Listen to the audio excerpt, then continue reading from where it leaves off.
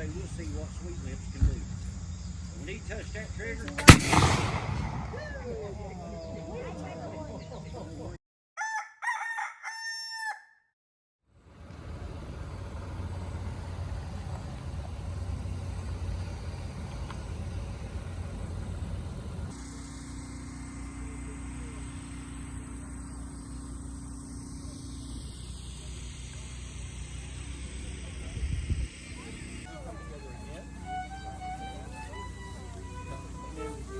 If I can get that.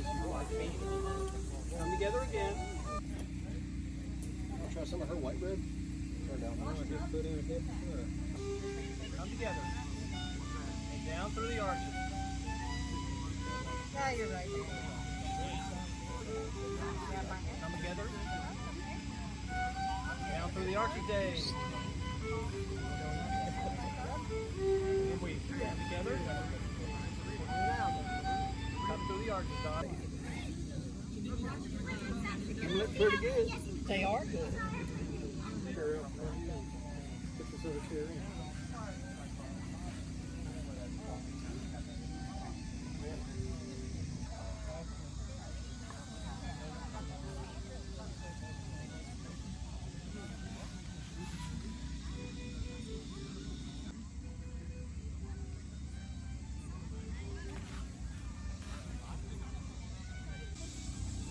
Yeah, they compass and a sundial. If you knew what you were doing and the sun was shining, you could get close to what time it is. People back then didn't worry much. You know, the average guy didn't worry about sunrise, sunset, noon. In a military campaign, maybe they would want to pay more attention. They also had small barometers like this that they could change what they knew a storm was coming. I haven't been able to get a hold of one of those. But my grandmother always had a sundial out in the yard, and if you've got the compass correct and oriented correctly, you get a good idea of 2 o'clock.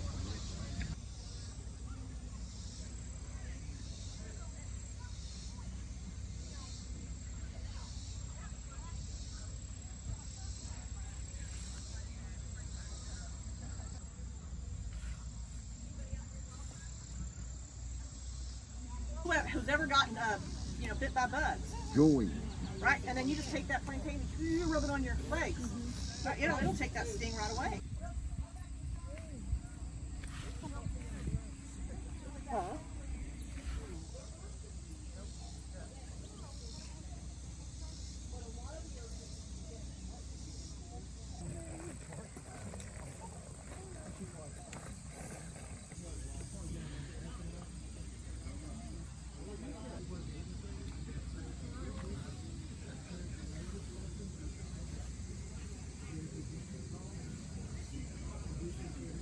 So women are life, men are death, okay?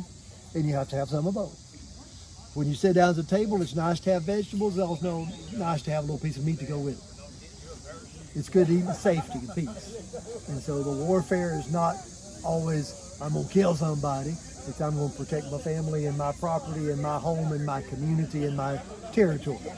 And so balance is important, and we encourage balance, men and women, winter and summer, hot and cold, up and down, right and wrong, north and south.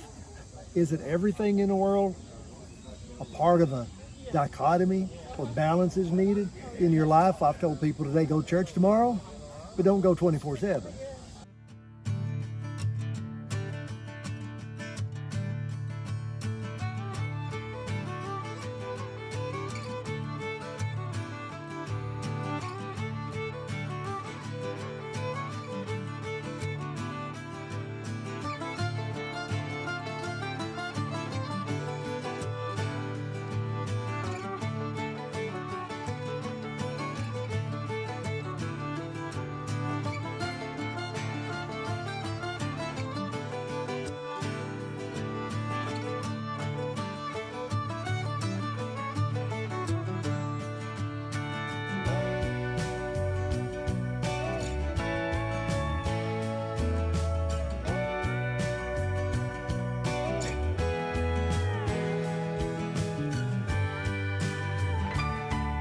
Dismissed, they were told, we're not going to pay for you to make your way back. We're not going to pay you on the way back. Your pay is ended, your supplies are ended, go home. They were 800 miles from home that they had to come back with no pay and struggling. They were not all happy campers.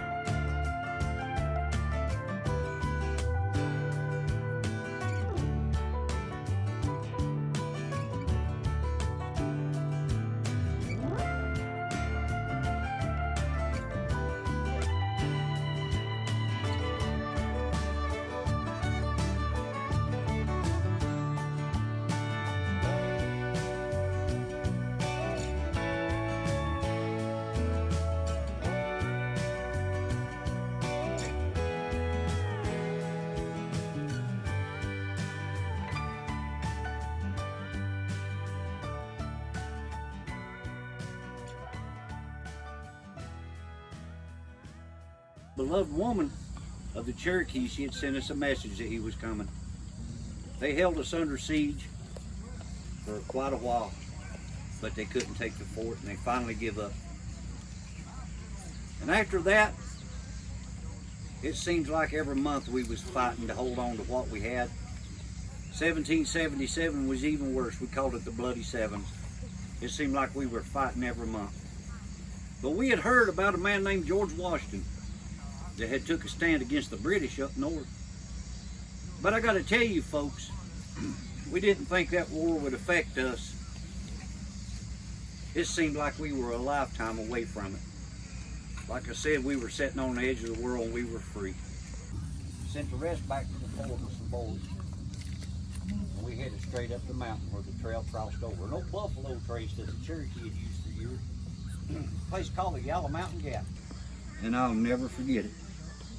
At 9 o'clock at night, we took to the saddle. We rode off in the dark in the pouring rain, looking for Ferguson.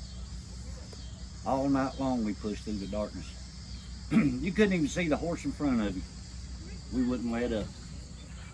We crossed the Broad River in the middle of the night. It's completely flooded. We put our strongest horses downstream in case anybody washed out of the saddle. There was nothing that could stop us. Now, Colonel Shelby told us the third time. It's not really illegal.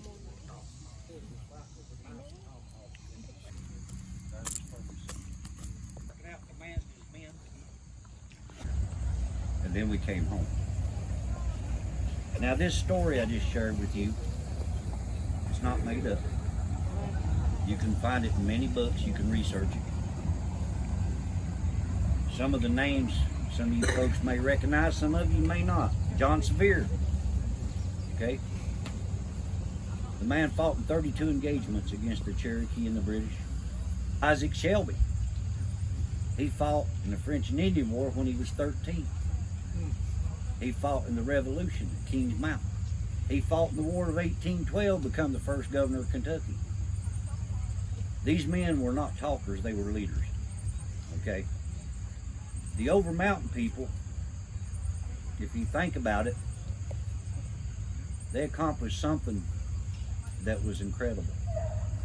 Against all odds, against the king's rule, they came over here and they built a life. People like John Crockett, and I'm sure that name rings a bell to a lot of you, had a very famous son later on by the name of David.